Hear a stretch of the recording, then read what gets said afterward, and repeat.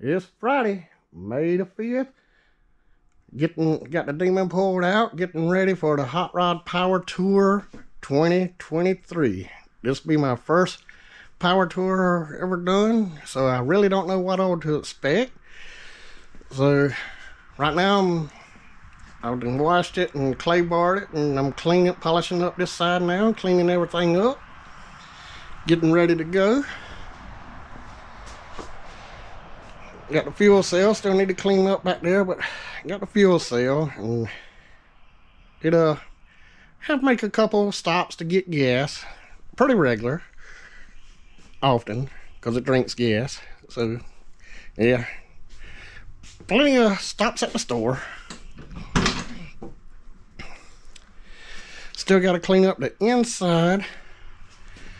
Got these good, comfortable, hard racing seats. Should feel good going down the road. 5-point harness. No AC. But I did put me a cigarette lighter port in there to get me a fan to circulate the hot air that's coming from the heat from the headers on the floorboard. So at least it will circulate some air. And as you can see, no power steering, no power brakes, no AC. And the motor, it's been rebuilt about 20 years ago, and we drag raced it for a while.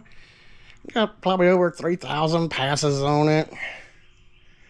Well, we only race 1/8 of a mile, so by the time you do the pass 1/8 of a mile and then the return road and all that there, you break it down, it probably don't have about 1,500 miles on the motor. So that's not bad. And then I put it back on the street for a little while. It's back on the road again, and probably got about 6,000, 7,000 of easy street miles.